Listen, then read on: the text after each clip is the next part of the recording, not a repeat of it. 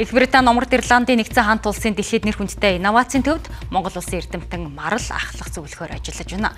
Тэрээр Британий шилдэг 10 залуу судлаачийн нэгээр нэрлэгдэж, Хатан хааны сангийн тэтгэлэг авч Оксфорд их сургуульд докторийн зэрэг хамгаалжээ.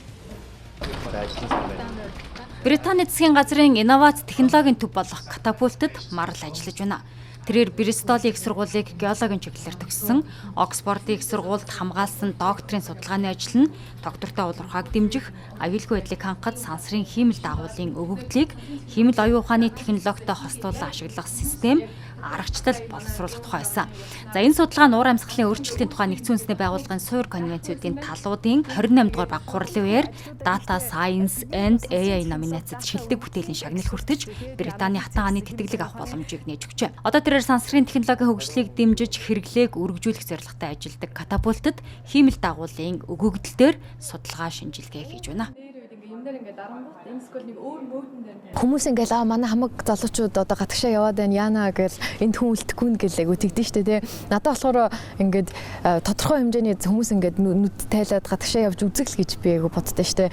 Тэгээд яг зөвлөмж гэх юм бол залуучууд хамгийн чухал юм гэх юм бол нөгөө нэг ардын үг гэдэг чинь явсан нохоо ясцуу нэгэл те тэр л надад айгүй үнэн санагдаад дээ. Ингээд зарим юмыг хичнээн ингээд онлайн төлөлтлөөр ингээд бодоод ерөөсөө хүн бодож тэгж хариултанд хүрэхгүй, харин юмыг ингээд оролцож үзээл жахан хаяа тэрэндээ бүдэрж унна, хаяа хамраараа амар унна, хаяа тэгэл хажуу хаваас чинь ингээд хүмүүс амар дэмжээл ингээд гарна гэх мэтэр тэгээд ер нь юмыг ингээд оролцож үзээл ерөөсөө айхгүй тийм байхлаагүй чухал юм шиг. Тэгээд Марал энэ төвд ажиллахаас өмнө Францын сансар судлалын компанид сансрын тандан судлалын мэргэжилтнээр мөн ажиллаж байсан. Тэрээр 18 орчим жилийг дэлхийн хэмжээний боловсрол эзэмшиж, туршлага хоримтлуулахад зарцуулжээ. Анх Оксфордод доктор хамгаалахаар эрэхтэй хамгийн мангар нь байсан гэж тэрээр хошигнож байсан. Юм үзэж нүд тайлахын хэрээр тэр эх орноо гэсэн сэтгэлээ илүүтэй мэдрэх болсон байна. Хүүхэд байхасаа Европын утга зохиолыг уншиж өссөн бол одоо Монголын утга зохиолд илүүтэй татагдах болсон байна. Харин нутагт хаан суухыг бус эх орноо гэх чин хүсэл сэтгэлд нь илүү хүчтэй байгаа тул нутаг буцахаар яарч байна.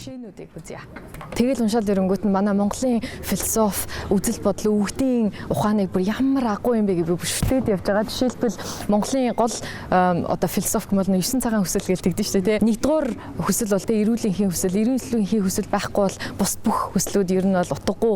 Тэгээ дараагийн тий ингээд дистараллаар нэг тийм фреймворк болгоод өгсөн. Тэгээд энд болохоор хүмүүст ингээд юу хүсэж ийн амьдралдаа гингүүт чинь чи юу ч хүсэж болно, чи амьдралаараа юу ч хийж болно гэж нэг тийм хүмүүсийг хайчдаг тий өөрсдөр нь. Тэгэхэд манай Монголд болохоор энэ юу хүсхийн хүртэл ингээд айгүй гоё тийм фреймворкер нь ингээд өгсөн тийм ухаан нь айгүй таалагдсан. Үнэхээр хичнээн гоё байсан ч гэсэн харийн нутаг их орон л байдаг шүү дээ. Би тэгээд айгүй олон жил ингээд гадаадд байцсан болохоор одоо бол яг буцах цаг гэж айгүй бодож байгаа. Надад яг тийм биш байгаа. Би тэгвэл тийшээ танд харуулж идэх үү. Түүний ээж анх энэ улсад докторт сурахаар эрэхтэй Марлыг дагуулж ирснээр ирээдүйн нэгэн доктор дэлхийн энтэй мэргэжилтэнд төрөх суурь тавигджээ. Боловсралтай эцэг эхийн нөлөө хүүхдтэй эргээр нөлөөлдөг тухай судалгаа амьдралд нотлогдож буй жишээ энэ юм а. Дунд боловсралтай хүний орлого 7%-аар их сургууль төгссөн хүний орлого мэргэжлээс хамааран 17-оос 31%-аар өсдөг тухай ЮНЕСКОгийн судалгаанд дурдсан.